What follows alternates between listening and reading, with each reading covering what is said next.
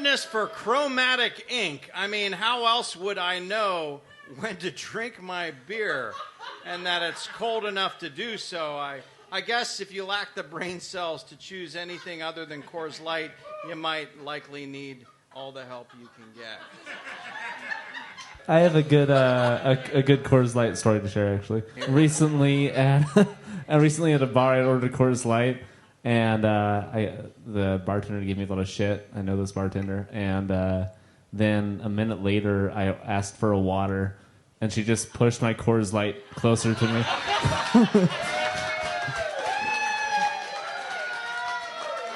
She just got herself a tip. That's right. You did. Dave, how did Jason do on Oh, my gosh. show? Another perfect score. How's it possible? We've got a winner.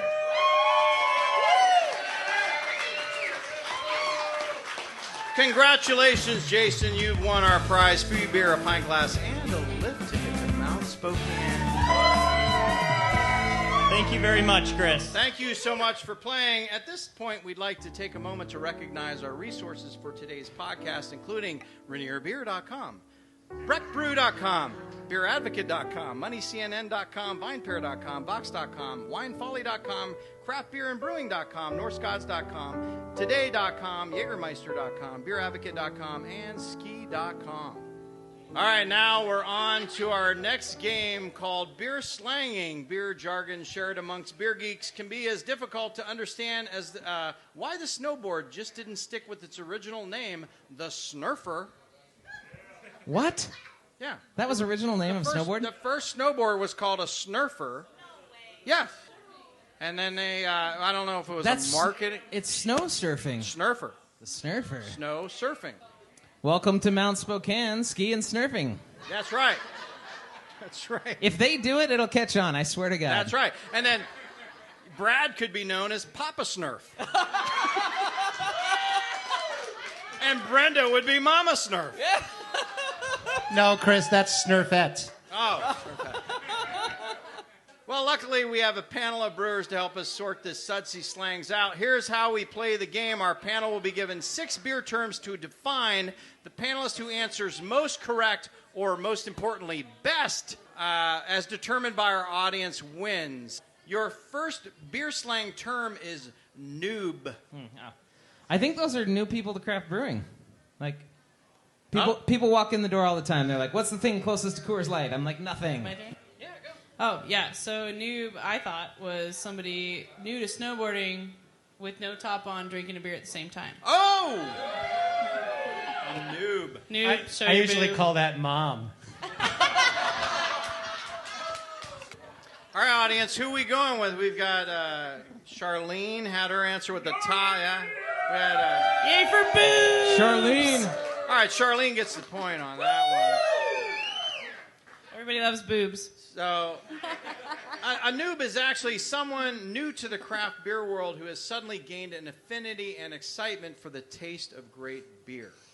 Noobs are great for craft beer, but they can also be a bit annoying, as some think that once they learn something new, it's also new to everyone else. So, an example would be the noob says, the Saison is a farmhouse ale brewed in cooler, slower months. The word Saison literally means season. And you say, no shit, you noob. Your next word is bottle share. I think I know that's what it is, Chris. Like when my brothers get together and we hang out and they say, hey, can we share that beer? I'm like, yeah. I'm like, I get the beer and you get the bottle share. So the empty bottle is what they get. Oh, yeah. Okay. That's like what the they get. devil's cut, kind of. Yep. Like the devil's Yep. share. Okay. Back when we used to homebrew and we couldn't afford to buy our own bottles, we used to just get bottles of other beer, dump it out, and put our beer in it. So that's bottle share. Your share. Okay. Bottle share. I think there's 2 definitions of bottle share. Actually, they're the same thing, but it's just how you want to put yourself in people's perspective.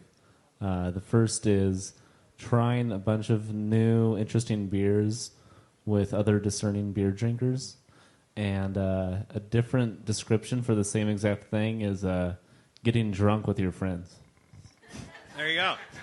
Well, as a woman in the industry, I don't know about you guys, but I get around with all my lady friends, and we just get one bottle and we share it.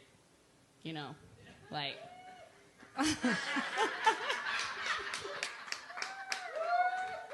All right.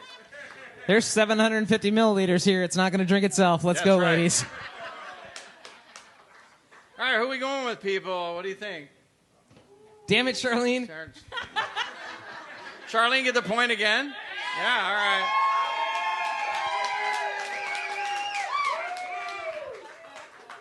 This is a gathering of craft beer drinkers who each bring a bottle of beer to share with all the other participants. Never been to a bottle share? Where here's a couple of tips for you noobs. Bring good beer. Only open your own bottle. Bring your own taster glass and follow the house rules. And most importantly, don't be a jerk. Your third beer slang term is white whale. Take it away, Tim. I'm gonna say white whale is a woman with really big boobs drinking a beer. I got nothing. I don't know what. Well, white whale in the beer talk is rare and delicious, and well, you can always take that to the boob talk. I mean, you know, there's never two the same, so delicious, so rare. Oh, it's a rare white whale. I get it. Ah. I get it. Exactly. You got both. You could probably put the pint between them and, drink. There you go. Is my wife still here? How far can we go? Charlene gets the point. All right, well, the answer is as elusive as Captain Ahab's famous white whale, Moby Dick. White whales are those craft beers that are extremely difficult to acquire. As in, Danny brought a silver pounder can of the Alchemist Heady Topper to the bottle share, and he will forever be re-invited. Your fourth beer slang term is kill shot. What is a kill shot? I think I know, Chris. Thinking back to college, my roommate's 21st birthday, when we're giving him shot after shot, and it's that, he's just about done, and you're like, no, just have one more. And then he just kind of starts projectile vomiting, and that's the kill shot. Is that last shot that you gave him that Yeah. put him, All right. put him over the edge. The one that put him over. Anybody else? Any other shots? Well, like my previous answer, this has two different meanings. They're the same thing, but it just depends on if you want to be fancy or not. The first is taking a nice panoramic view of all the delicious, good, high-quality beers you've drank in one evening with discerning company, or as some other people might put it, after you got drunk with your friends. There you go. So the kill shot is you taking it all in. Yes. You take a picture of all the bottles that you've drank through the night, and that's your kill shot, is what he's saying. I like that answer. There you go. I feel like that might be the truth. Might be the truth. All right, what are we going with here? Charlene, are you going to answer? Or So you're looking at some boobs, and I go. feel like you guys don't want me to answer, so somebody else can win. Shit. Well, when I drink a ton of beer, I line up little army men, like on a log, and I take my 22 and I do my kill shot. I'm like, hey, I'm not drunk yet. I can have more beer. As long as she keeps hitting the army men, I say keep giving her some. There you go. All right, audience, are we going with Tim? Are we going with Wes? Are we going with Dave? Are we going with Charlene?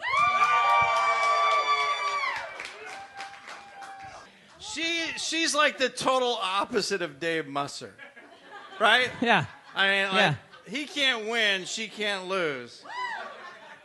Actually, Wes was correct. This is the photo taken of the fully drank bottles lined up in notable fashion at the end of a bottle share party, or as he would say, just getting drunk with your friends. So I'm gonna split that between Char and Wes. Give him a little bonus point. He came all the way from Ellensburg. You should at least go home with a half a point.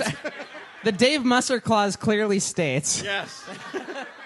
Come on, give me something. All right. Well, So he was correct, but not the winner. yeah, it's not about the correct It's not about answer. truth. It's the Reminds me of 2016. correct or best. Right. All right, here's your fifth beer slang term, to the dome. What is to the dome? you drink a really what's a beer slang term we used a few episodes back? High octane. Yeah. You drink a couple high octane bevies. Okay. You throw them back, and pretty soon I can't remember who I'm talking to, but what I'm saying is really important, so I got to get louder. It's all gone to the dome. Are the Michigan beard Yoopers over there still in the corner? Yeah. So you guys probably know the Superior Dome on Lake Superior, the largest wooden dome in the world, right? So people in Marquette, they drink a lot of beer, and when they're super, super drunk, they get naked and they streak to the dome. To the dome. To the dome. All right, I like it. So it's an Upper Peninsula term. Yes, It's Is a this Yooper true? term. Yeah. Noper. So More in like beer noper. terms, it's when you have a super strong beer and you want to get lit and you just chug it. But in college, they say when you chug this, it goes straight to your head. Charlene wins again. All right, wait a minute. I don't know. I mean, Tim, we got to vote for Tim? Okay, for the Yoopers. Wes? Charlene? All right, Tim, you're getting a point. Tim got a point? Whoa! I'm pretty happy about that, but I'm not going to let it go to my dome. Don't. No. Your final beer slang term is tick. What is a tick? Is this like, say you meet someone that's really drunk and you make out with them and you get drunk just making out with them? Then you're a tick? Yeah, but tick. Wait, why would that be called tick? Tick. Because then you're sucking alcohol out of them. Oh, this, okay, we're going down a road that I think a tick is a guy, he always comes over to your house and drinks beer but never buys any. Oh. He's just a parasitic beer drinker. There you go. All right, any rebuttals on that? A parasitic beer drinker. Wait, that's not cool? Charlene, I didn't mean don't come over. I didn't mean... All right, we going... Invited, right? I can still come. Oh, yeah, you're still welcome. No, a tick is when you drink too much and you start going, fucking good beer, fucking good beer, fucking good beer. Yeah! All right, here we are voting. I think it's between Dave and Charlene. Votes for Charlene. Votes for Dave. All right. Charlene gets the point. Oh, my gosh, it's almost a clean sweep. Here's the real answer. To check a beer off your to-drink list is known as a tick. Ah. That's right. I like her definition better. Even though, here's an example, even though I love the Adrenaline Seeker IPA from Badass Backyard Brewing, I had to go with their converted skier barley wine for the tick. Or the tick. Check it off, because I got to gamify. I got to get my badge. There you go. So let's see how our panelists did, Dave. So we only had one panelist tonight, and her name's Charlene Honcik. She's our clear winner. My Sharpie ran out of ink. Well, now to end our show, we'll have beer predictions made by our panel of brewers. Panel, here is your question. Many skiers and snowboarders equate Uller as the god of snow. Uller also was the son of the grain goddess Sif, so there's obviously a long-standing connection with beer as well. With many people now praying to Uller for a stellar snow season, what is your local snowfall prediction for this year, and what beer will you bet on your prediction being the most correct? He's looking at me. Snowfall inches you're looking for? Yeah, like what is your local snowfall prediction? I'm going to feet say or inches. I'm going to say 72 inches over the season. Okay. Yeah, and I'm willing to bet. I'm willing to bet a beer from Whipsaw, maybe. Any beer.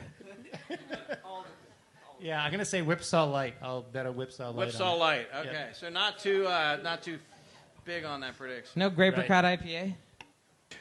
I'm going to say here it's going to be 54 inches this year. Oh, okay. All right. I think we're going to have 600 inches, and I'm going to bet you a Big Air Stout. A big air stout Big from air Badass stout from Backyard Badass Brewing. Backyard. Okay. Nice. Charlene?